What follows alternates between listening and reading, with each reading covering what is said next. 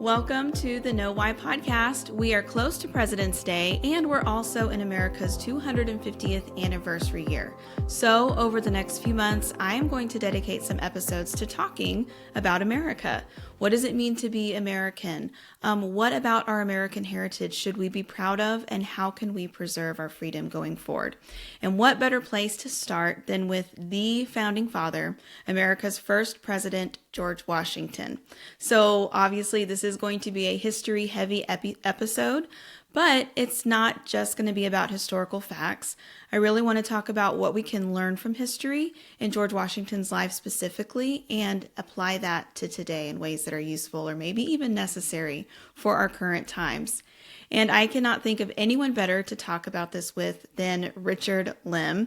He's been on the podcast before. He's an American history expert, specifically about American presidents.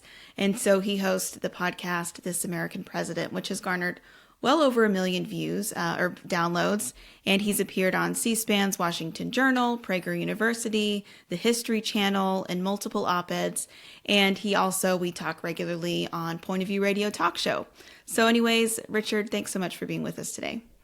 Thank you. Always good to be here.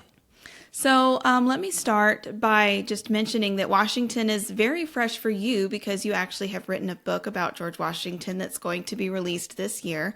So if you wouldn't mind, give us a little blurb about that book. Yeah, so the book is going to be titled Refusing a Crown, How George Washington Changed the World. And it's very interesting because during the last election, 2024, there was a lot of controversy, obviously, about Joe Biden because of his debate performance, where he was basically, seen as kind of deteriorating mentally and all that. And when he decided to withdraw from the race, the immediate comparison was with George Washington. Now, a lot of people said that George Washington left power and Joe Biden did this amazing thing too and left power. And the funny thing about that is that people would point out, hey, the circumstances were a little different. George Washington was unanimously elected. He was beloved. And then he could have stayed in power for the rest of his life. But he left power. And meanwhile, Joe Biden had to be forced out when he tried to run again. So people would make that distinction. But nonetheless, what's interesting is that the standard of political greatness remains George Washington, even 200 plus years later. And Donald Trump was quoted last year during Washington's birthday praising Washington for leaving power. So it's one of the few things that still commands respect and admiration from both sides of the aisle. And it's interesting because even Howard Stern, when he had Hillary Clinton on in I think 2019, they were talking about who they think was the greatest president. And Hillary Clinton said Abraham Lincoln. Howard Stern said George Washington because he could have been a king, but he left power. And so even in pop culture, people talk about that. But I found people didn't really understand exactly what that meant and what the circumstances were behind it. So I wrote a book to talk about why George Washington left power and how he did it. Wow. Yeah, I can't wait to read it. We'll talk more about when it's coming out specifically and how people can follow those updates towards the end. But let's maybe give them a little bit of a preview and talk about George Washington's life. But first, tell us, I know you're obviously a big history buff. You love studying U.S. presidents. And then you've got this interest in Washington specifically. So how did all that start? So it's funny because I've loved presidents since literally, I think, third grade. So I think I was 8 years old, and I've had phases. So the first president I got into was John F. Kennedy because it was in the 90s during the time the movie JFK came out, and the assassination stuff is so fascinating. You know, at some point, every history buff just gets totally fascinated by the Kennedy assassination. Mm-hmm. And then I went to Lincoln, or actually, no, I went to FDR, and then I went to Lincoln. And it's interesting because my views of those presidents have changed over time. I mean, for a while I really admired Kennedy and Roosevelt, and as my political views have changed, my views on them have changed. But then I really got into Lincoln, and then in 2007, I went on a family trip, to China, and I was there getting to know some relatives that I didn't know very well. They were mainly my dad's relatives, my stepdad, him being from China. And I was talking with one of his cousins, and he actually couldn't speak any English, so my dad was translating. And we were talking about current events. It was 2007, so it was around the time of the Iraq War. And this cousin of ours was basically just criticizing American foreign policy and criticizing Bush, et cetera.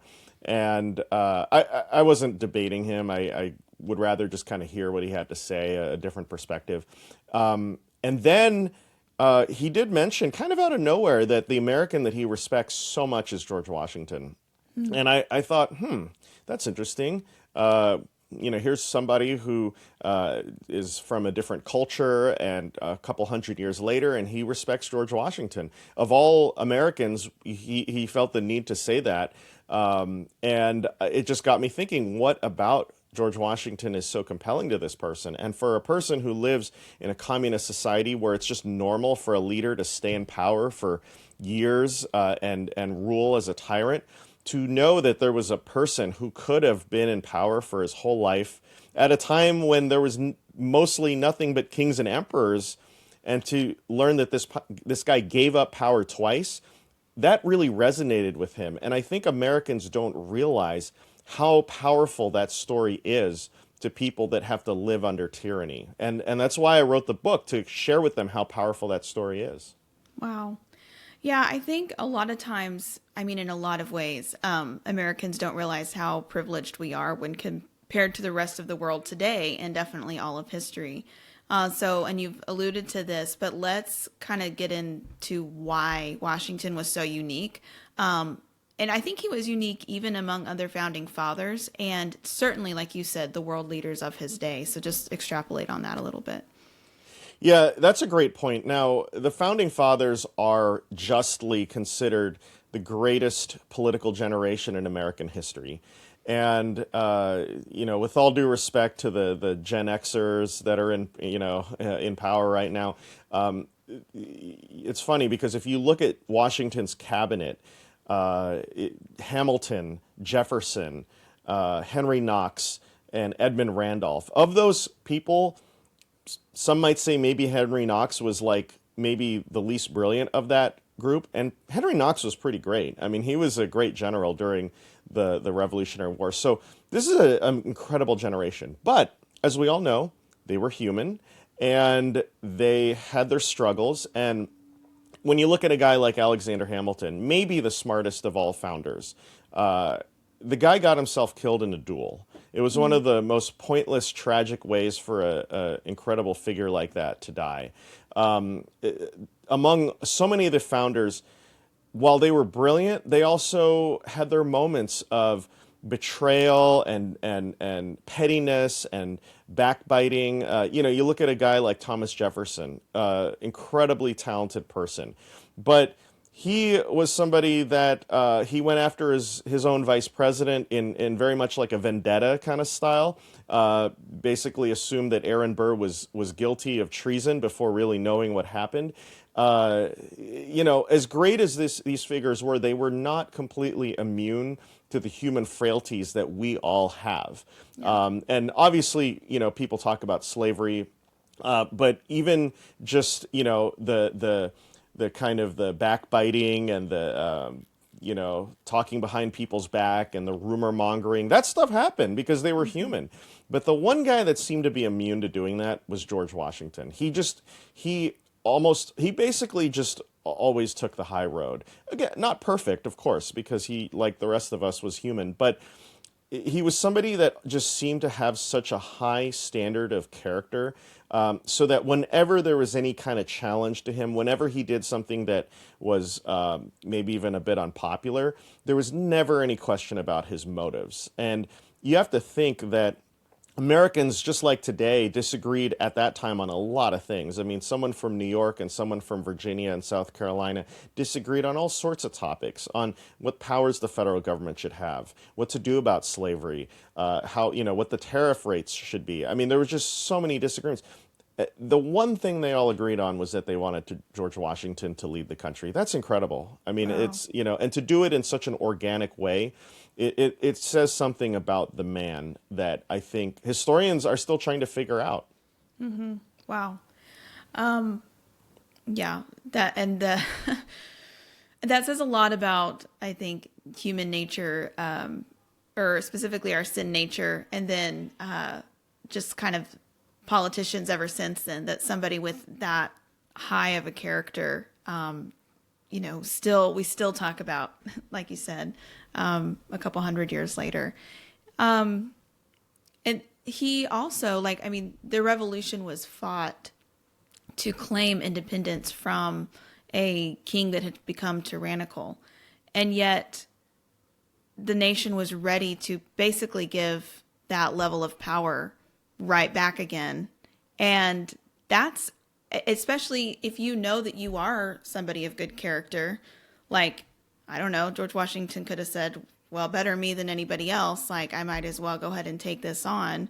But, he didn't do that. So talk a little bit about how unique that was, especially in that time. Like, the American system of government was not the norm across the world, that style of leadership.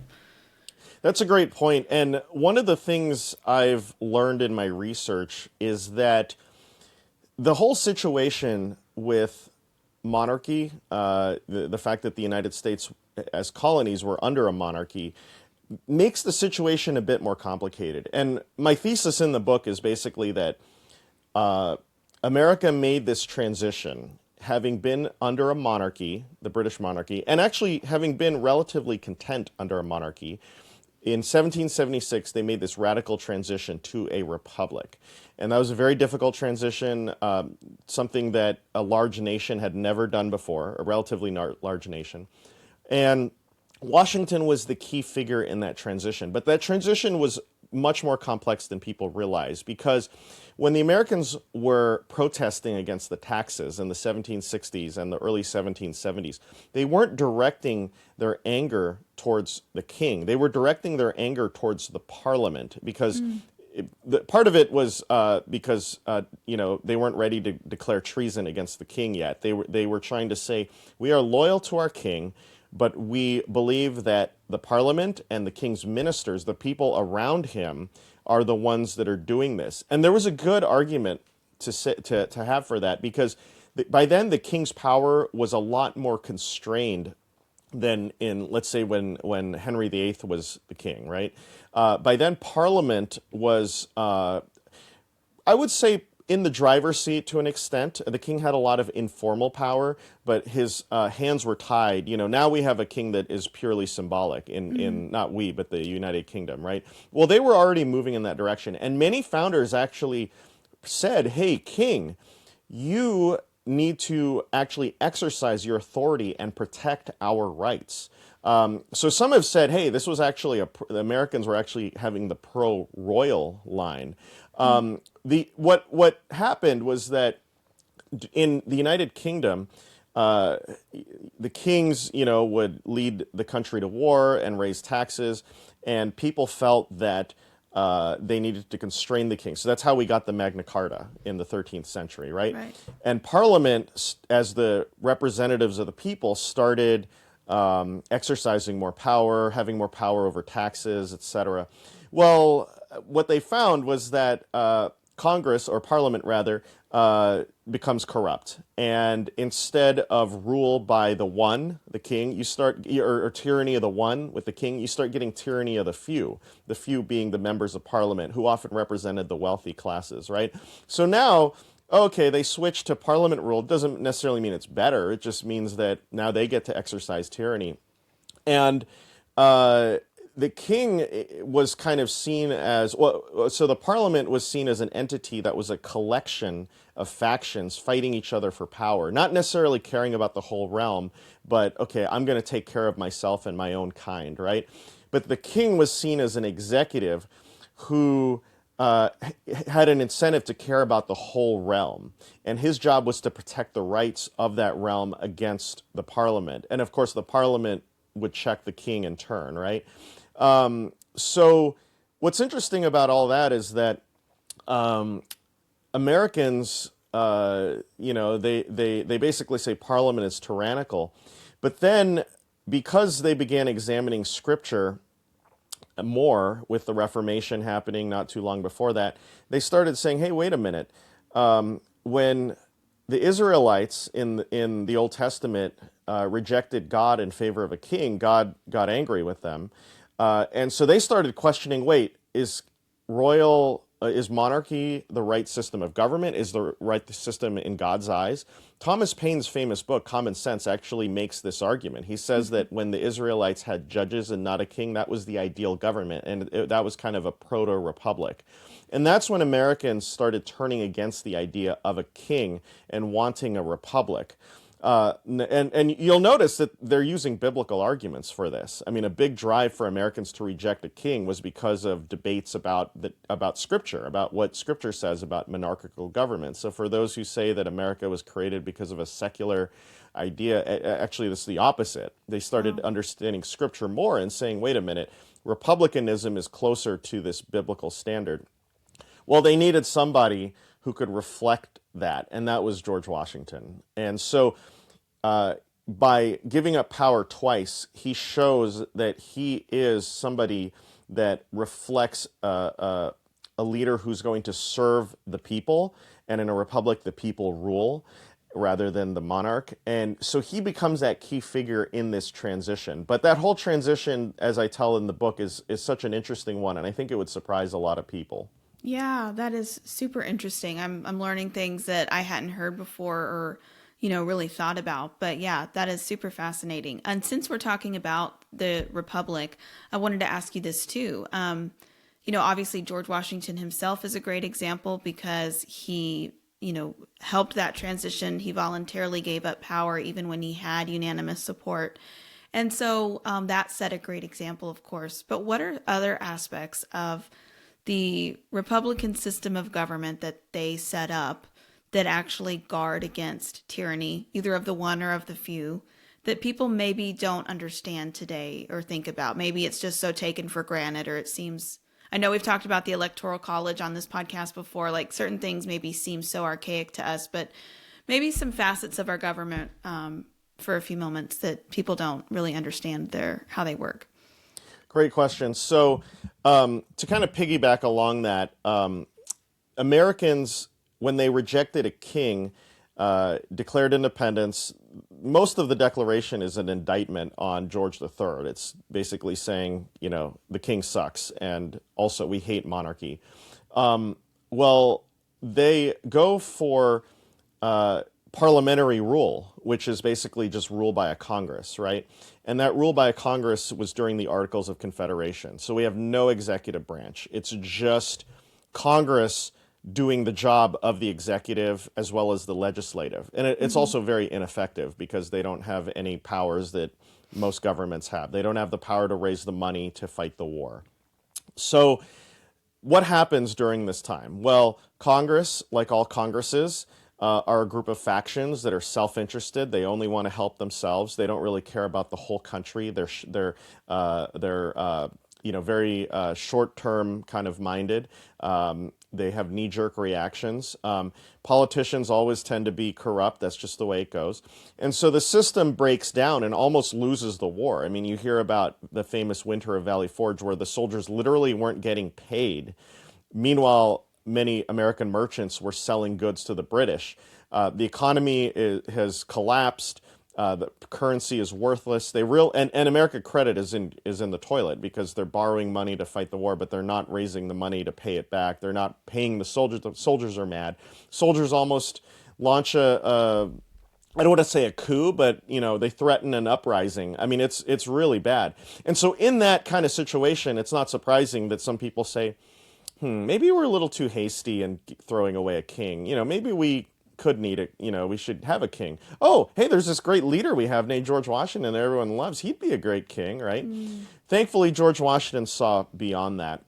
But what's interesting about that is that situation shows the problem, again, of parliamentary, legislative, congressional rule, right? Congress just becomes factions that are self-interested, and rather representing the whole people, every member of Congress just represents their own group, and it just becomes a battle between factions, right? Yeah. And just as a king was tasked with protecting the whole realm, people start saying, well, we need to create an executive branch, not a king that is so removed from the people, but an executive chosen by the people's representatives to care about the whole system of the whole nation. And so then in the Constitution, 4 years after the end of the war, they create a president, and a big part of the president's job is to check Congress, and not just to check Congress in a general sense, but to check the fact that Congress is a collection of factions. So when George Washington gives his farewell address after his 2 terms, he's seen factions develop. He's seen the Jeffersonians and the Federalists develop. And he has a preference between the two. He's a pro-federalist. But he's concerned because he says, instead of representing the whole country, this group is just going to represent the South, and this group is just going to represent the North. And even though those are legitimate groups that should be represented, the problem is that those groups are going to seek advantage over the other group. And in a country based on equality, you can't have factions that are trying to get advantage to the point that they threaten other people's rights. Mm-hmm. So he warns about those factions. He said, hey, factions are inevitable. People are going to disagree. But the problem is when they seek advantage to the point of threatening other people's rights. And I think you see that today. I think you see certain groups that are more interested in their own self-interest to the point of disadvantaging other groups. And you can call whatever, I don't have to name any names, but I'm sure we can all think of factions, not even just political parties, but interest groups that say they don't necessarily want equality, they want advantage. And whether that's, especially when it comes to taxes, when you use taxes, you are inherently advantaging one group over the other, unless you do it fairly, right? So, there are lots of examples of that. And Washington warned against that. And I think that when the founders gave us a president, they knew Congress, even though Congress had a role to play, even though it represented the people, which was a good thing, it became corrupt. It would become a group of people fighting each other and trying to disadvantage other people. They knew that you needed a president who could check those people. And it's interesting because how many times in American history have we said, oh, Congress is horrible, I'm going to vote for this guy as president to wake those losers in Congress up, right? When we do that, we are actually partaking in what the founders designed, a president to check the corruption and the faction-based politics. And that way we have a president that has more incentive to care about the whole country as opposed to just his district or state. And it's interesting, if you've ever voted for a president against these factions in Congress, you were doing what the founders hoped you would have done. Wow. That's so interesting. And just the insight that they had to acknowledge how flawed human beings would be. And this could be a whole separate podcast conversation, and maybe it will, on how they acknowledged the sin nature in humanity and knew that the system of government would work well. They didn't assume that men would be perfect. They knew that people had to have some structure. And so the fact that they foresaw that and dealt with a lot of the same issues then too. So we could talk a lot about America's flaws. And, we've been mentioning political corruptness, which is a surprise to no one. And I think that in the kind of popular culture and history and everything over the past, several decades really, but especially recently, it has been a very big focus on America's flaws. And I'm one who thinks we need to talk about all of it. And let's talk about America's greatness, though, because I know you think that, especially in this time, we do need to talk about we all know America's not perfect, take that for granted, but what makes America special and why do we need to focus on that?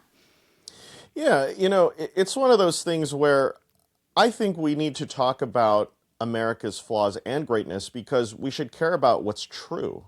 Mm-hmm. And, it is a fact that America is just a unique place that attracts people in a way that other countries just don't.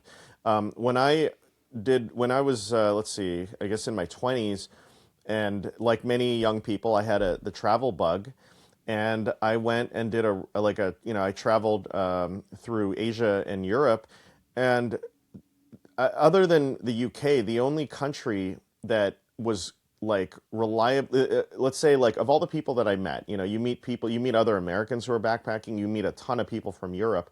Other than the UK, the only country the only group of people I met from any country that was diverse, that had, people of different ethnicities, was America. That's an incredible thing. There's a reason for that. And it isn't just, because certain people forced it that way. It was because we have a system that attracts people. I mean, why am I in this country? Because it attracted my parents and their generation. So I would say that if you honestly wanted to just know the truth and just say, well, what's the truth about this country?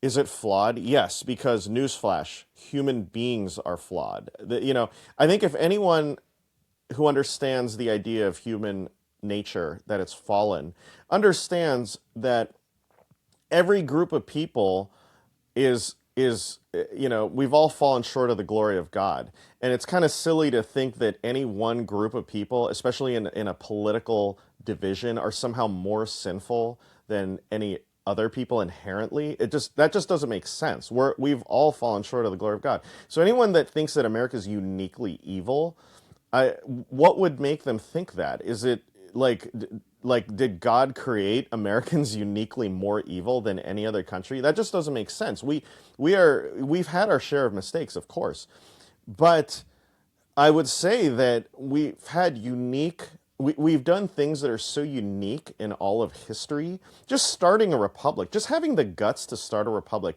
and when you read what the founders said, they started this republic not just because it was a system they believed could work and was a system that they felt was conducive to protecting, their own interests, but because they felt it was morally the right thing to do. When they talk about rights, it's a moral argument. It's, hey, God created us with capacities to think and to act, and the ideal system that works is a system that is consistent with that innate human desire to be free and human ability to flourish.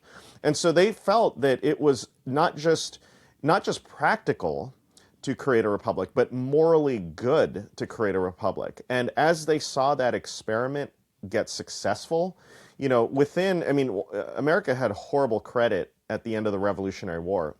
By the 1800s, America's credit, because of our booming economy and a number of policies, was higher than Europe's credit. I mean, it's incredible. And that was proof immediately. Hey, wait a minute, we're onto something. Freedom doesn't just work in a utilitarian way, but it's actually morally good. And you see that continue on throughout American history, that success is an indication of, hey, this works because it's aligned with God's moral values. And so there's so many things to talk about as far as why America is the country that it is. I mean, I come from the Philippines, where I was born there, where one of the great heroes of the Philippines is Douglas MacArthur. I mean, literally, if you look up the pantheon of Filipinos, it's this Filipino, Lapu-Lapu, it's this Filipino, Jose Rizal, and Douglas MacArthur. I mean, an American, a white American, is considered the liberator of the Philippines. They saw American soldiers die.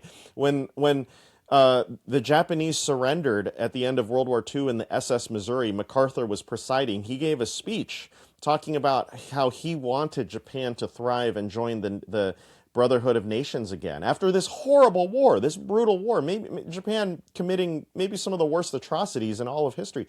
One of the officials there, a Japanese official, was shocked. He said, this isn't what a normal country does. A normal country just annihilates us, destroys us. And here they're talking about friendship and fellowship. And he acknowledged if it was the other way around, this wouldn't have happened. What kind of country does that? I mean, what kind of country does that?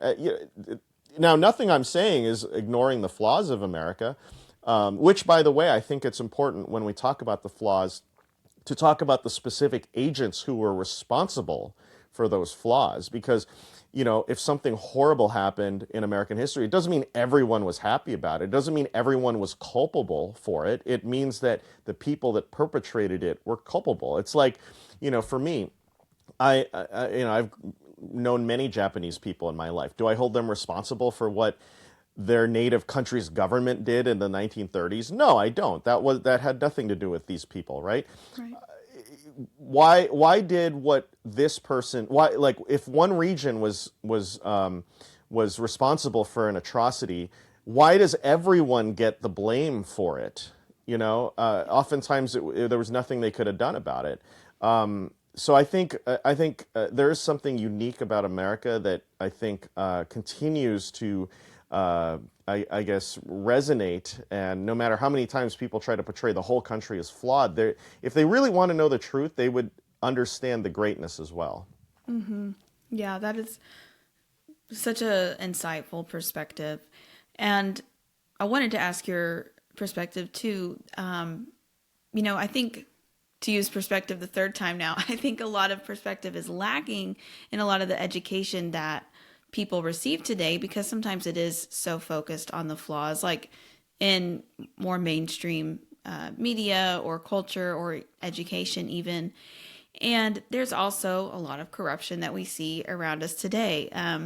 It kind of blew my mind. I think this was on one of the recent roundtables on Point of View, when one of, I'm not sure if you were on that day, but one of the co-panelists, who's Gen Z, said, I was like, 10 or 12 or something, like when Donald Trump first became president, or like, a young teenager. And that's the era that they've grown up in, which is a very divisive era in American history, as other eras have been divisive too. But that was just like, okay, wow, that people who were raised in this microcosm of American history, I kind of get why they're cynical. And a lot of young people are losing faith in democracy and the Constitution. You see people veering, very far to the right or to the left with socialism, or wanting to go more, nationalist. And I'm just wanting to get, your perspective or encouragement for those people, because if we want to preserve the good things in America and reduce the flaws, we have to recognize that there is good worth fighting for and worth defending, and there always has been. And I think that even like heroes of the past, like civil rights heroes like Martin Luther King Jr., he knew that there was good to be called out in Americans, and that there was a foundation for freedom, which is, why they were able to advocate for it. So all that to say, like, what do you say to the people who just kind of feel a lack of hope? Like, is there anything better to shoot for? Like, is there something we can reach for, something good that we can preserve? Or is it just like, totally cynical, let's try something different? Yeah, well, that's a great question. There are lots of threads here. I think that the first thing is that I don't think as a country we've really not just taught history, but taught people to care about history. And it's one of those things where when you don't know your country's history, you just don't know the truth about your country's history.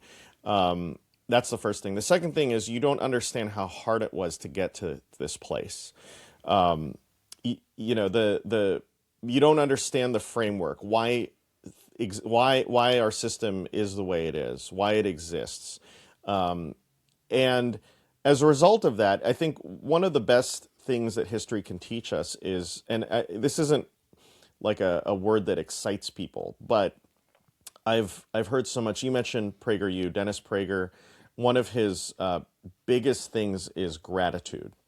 And especially as Christians, we have an obligation to appreciate all that we have. What do we have that has not come from above, right? It's one of those things where it's the reason we have to be reminded so many times to be grateful. And I don't want to mean that, and I don't want to say that in a way that sounds kind of preachy, but I think, Dennis Prager talks about how gratitude will actually make you happier. And the point of gratitude is that you actually should be grateful because you have something to be grateful in, right? You have, like, it's not the average person doesn't have a natural disposition in their youth to be grateful for your parents, right? When you go through these teenage years, you're like, oh, my parents, they don't get it, etc. But later on, you start saying, oh man, especially when you become a parent yourself, right? It's hard. And I'm grateful that my mom and my dad were in it every day and did it. And I don't think I'll understand fully everything they did, but, I'm grateful. And it's the same thing with our country in many ways. You can sit here and point out the flaws, but you can also sit here and say, well, I'm right now, when I'm talking to you, as I'm talking to you, I'm doing this on a laptop. It's an Apple laptop. Who made it? An American company. And, how was it made? Through a lot of hard work. How did those people have the opportunity to have, to do that hard work? You had freedom. We literally had freedom and other stuff like patent laws and respect for the rule of law so that people weren't just going to steal it, so that some guy had an incentive to make this. Something as simple as that. As I look around my room, I have things that are published or produced all around the world. Why do I have those things here? Because we have a system that allows people to purchase things from abroad. And I mean, just every little thing we have, it's incredible that we have this. I mean, my cell phone, the amount of knowledge that I have on it, when you think of the whole scope of human history, the average person in the whole scope of human history who's ever lived really didn't have a choice on what they were going to do. 99% of human beings who've ever lived have been farmers or hunter-gatherers, right? Most people didn't even have the option of going to college. Most people had very limited access to information. I have all of this on my phone. I mean, and you talk to people from around the whole world, why did you come here? They'll tell you, well, I didn't have as much back home in whatever country, so we came here. All of these things, just sitting there and meditating on those things and reflecting on those things, it's all staring at us, right? It's staring right at us, right at our faces. All the things that we have that we just don't appreciate. It's like the Israelites in the desert, immediately started complaining. That's how we are. That's our human nature. But if we just sit down and just said, man, I can't believe that I have this. I just can't, like, the amount of information, if I want it, I have it. Now we have machines that can think for us, I mean, that's scary, but it's an incredible tool. And so I think if people actually just reflected on that and sat there and thought about it, why do we have a union of states? Why do we have a federal government? Because the founders studied other countries and realized that when you have a whole bunch of countries in a small area, wars break out between them. Now, the average person isn't going to say, man, I'm so glad there isn't a war between my state and the neighboring state, right? I'm so glad that I'm not fighting in a war against Arizona, I live in California, you're in Texas, oh gosh, I'm so glad those Oklahoma people are pretty annoying, but you don't have to think about a war. I'm just kidding. Okay. Well, I do know Oklahomans and Texans have a good, healthy rivalry. But with that said, these are the things that if you just start reflecting on them, you'll see, why am I cynical? This is incredible. Right. This is incredible. And I think it's incumbent on us who study history to, share that perspective, because if you don't think about it, you're just not, you're not even going to appreciate those things. Yeah, definitely. So much opportunity that we take for granted. And like you said, even the little things of how things get invented and designed. And so I would encourage people, don't let the machines think for you, but think for yourself and realize, like just what you've said, how blessed and fortunate we are in this nation and in this period of history. And to know that didn't happen by accident. I mean, right. It took a lot of effort, it's a civilization being built. And so, yeah. Yeah, absolutely. And so to bring it back to George Washington, what are some, we've talked about obviously the the amazing thing of stepping down from power and the vision that he had for the American Republic, and what a great and unique leader he was in that. But what are some other convictions that he held about America, or just things about him that you've discovered in your research that we may, be able to, like, most of us aren't going to be president or probably even run for politics that are listening to this podcast or run for office, but are there lessons or things that he believed, convictions he held, that maybe can kind of inform the way that we live as Americans? Well, I say this about the founders in general, but especially about Washington, is that he had this combination of having such vision and optimism of what the country could look like, but also having such a grounded view of human nature. Some would almost say cynical, but the word historians use is realist. Mm-hmm. He would say things like, we must take human nature as it is, not as we wish it to be. But he would also say that, one of my favorite speeches he ever wrote was a speech he actually didn't give. It was his first draft of his inaugural address, and it's really long. It's more like a collection of thoughts, and he asked James Madison his opinion on it, and Madison said, "This is way too long." And Madison actually wrote the draft that Washington ended up delivering for his first inaugural address. It's a very important speech, right? The first inaugural address from the first president. Mm-hmm. But if you look at the speech that he ended up discarding, he talks about how America seems to be uniquely designated by God to display human greatness.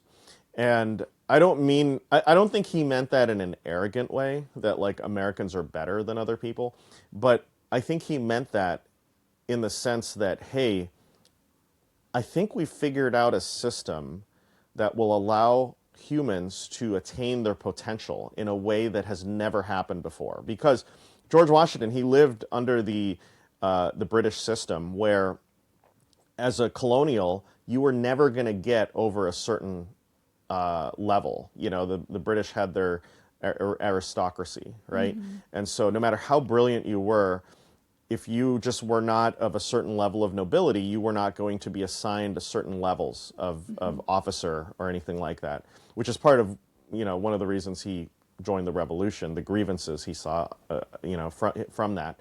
Well, Washington saw people like Henry Knox, who was a bookseller, and Nathaniel Greene, who was a farm boy, who had zero military experience, end up becoming the military leaders of the country. He saw people who came, like Alexander Hamilton, who was born actually a bastard son of a couple who had no standing, very little standing. He grew up in the Caribbean, ended up becoming Secretary of Treasury, and he saw this happen, and there was no other place in the world that this could happen, and so he knew people's potential could be attained here in a way it couldn't be attained anywhere else.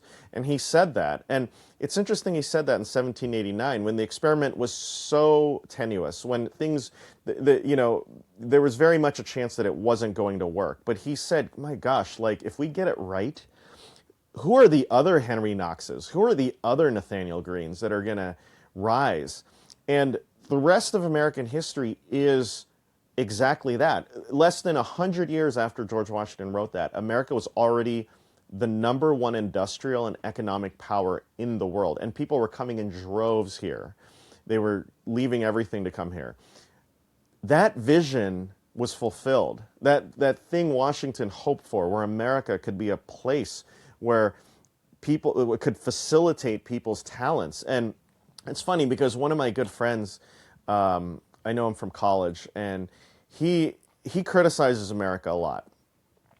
This guy is from an immigrant family, and now he's working as an engineer for a pretty high-level government agency, doing incredible things. And he's criticizing America all the time, and he's saying, I remember one time he even praised the way China and Russia handle their foreign policy. Make what you will of that. But I just thought to myself, this guy's criticizing America, but he is literally the prime example of a person who is whose potential is being maximized because he lives in this country. And that's the vision George Washington had. And it was grounded. It was grounded not with a view of human nature, a naive view, but I think he shows that only through a grounded, realistic view of human nature can you even attain those things that we want to attain, the ideals of equality, and human potential. But I think Americans should just know how much George Washington, like just how much he believed in the whole experiment. And I think if he came back today and he understood American history, yeah, there are things he would be appalled by, but I think he would also say, well, that country is the most powerful country, the most successful, the country that attracts so many people and the most diverse in the world. I'm glad it ended up, that's what I had hoped for. Wow. Well, Richard, thanks for sharing your insight into George Washington's life and American history today. It's been just given so much for us to think about and be grateful for as we are in this momentous year, which is really cool that we get to experience the 250th anniversary of a Republic of the United States of America. That in itself is really special. And so, again, I thanks for sharing everything. And so tell us a little bit more about your book again. I know it's coming out later this year, so where can people look for that and stay up to date with all your news? Yeah, so the book, it'll as of now at least, it's titled "Refusing a Crown: How George Washington Saved the World." It will be published by Republic Book Publishers. Alfred Regnery runs that publishing house, and he's the best in the business. And there's a tentative date for about August of this year, 2026, for publication, just a month after our great semi-sesquicentennial, July 4th, 2026. And it should be up on Amazon around late spring, so, think in May or June. You can, I talk about it on my podcast, This American President. And I also have a website. It's still a little bit of a work in progress, but richardmlim.com, Lim, last name. And I created that website to actually start the Kickstarter for the money I needed to raise to edit the book, to get it edited and all that. That's been quite a journey. I've talked about it a little bit on my podcast. There was actually a guy, a historian who is, I guess, a bit of a publisher, and he tried to defraud me of $20,000. And when I called him out on it, he sent me a nasty email. And at this point, I just take it in stride. And it's been quite a journey getting a book published. It's very hard to get a book published nowadays, so I kind of went all out.